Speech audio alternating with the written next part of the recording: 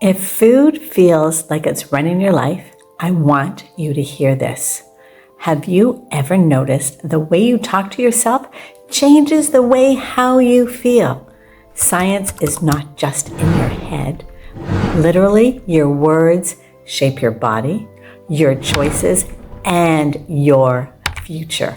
How amazing is this? This is why self-talk matters. Listen up, this is incredible.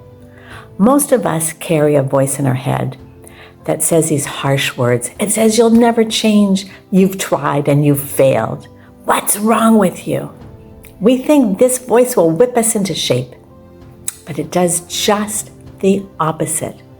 It creates despair, shame, and paralysis.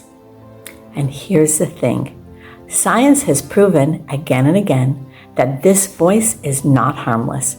It actually changes us physically. Imagine that. Our thoughts have the power to change us physically. There's this amazing study, unbelievable study that I can't wait to share with you. I love it. Researchers took a true group of senior citizens.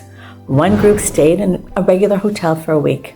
Another group stayed in a hotel that was designed to look exactly like something from the 60s, from when they were 30 years before.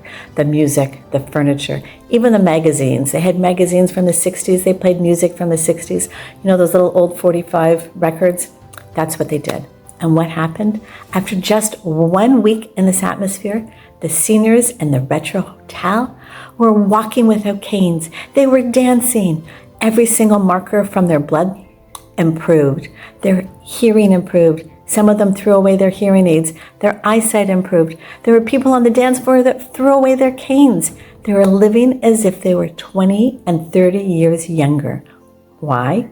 Because their perception of the environment changed their biology. It changed their cells. It changed their body.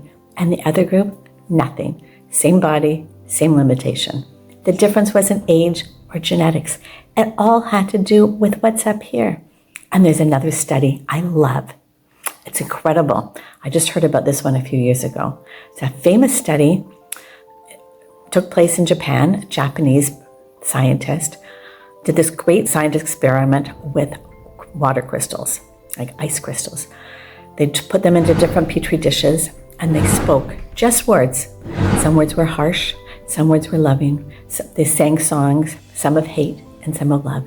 And the most incredible thing happened. When they spoke of love, symmetry was created in these ice crystals. When they spoke with harshness, it was chaos. It's the same thing with plants.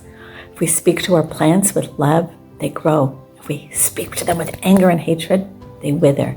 You can find it online, but it's really incredible. Really, really incredible. So if inanimate objects like ice respond to our words, think of this.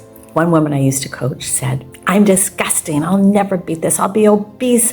I'll raid my refrigerator every time I get triggered." It's impossible to change because the word becomes punishment, the comfort. It's a self-fulfilling prophecy. But when we shifted her self-talk to something simple, this is hard, but I'm learning, everything changed. She didn't stop binging overnight, but her binges slowed and she felt hope. And that hope gave her energy to continue and to continue. And now she's all over it.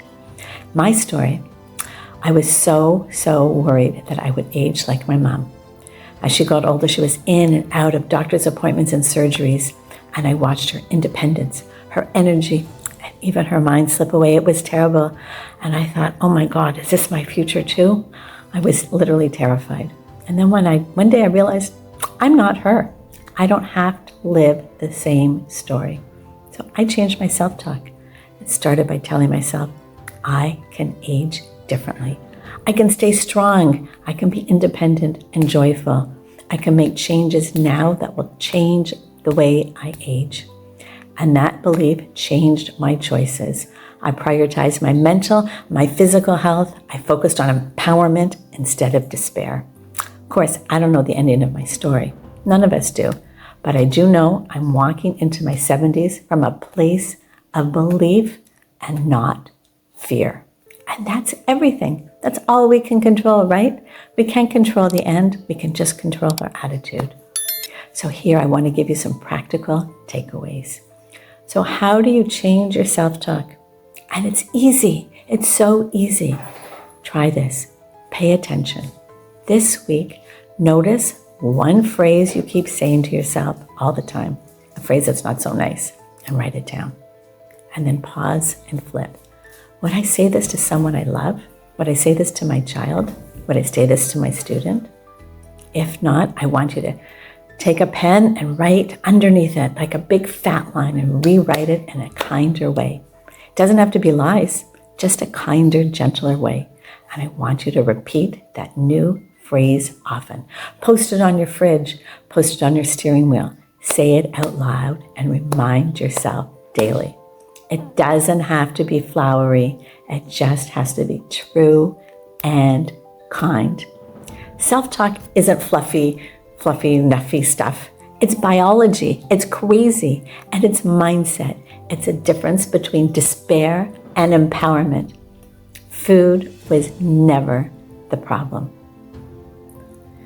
The feelings, the self-talk, that's what drives everything. The words we choose are the bridge to healing. So today, I want to ask you, what's one phrase you could rewrite right now, right this second, that could change the way you see yourself? If this speaks to you, I'm here to guide you through the change. Good luck. You can do it. I know you can.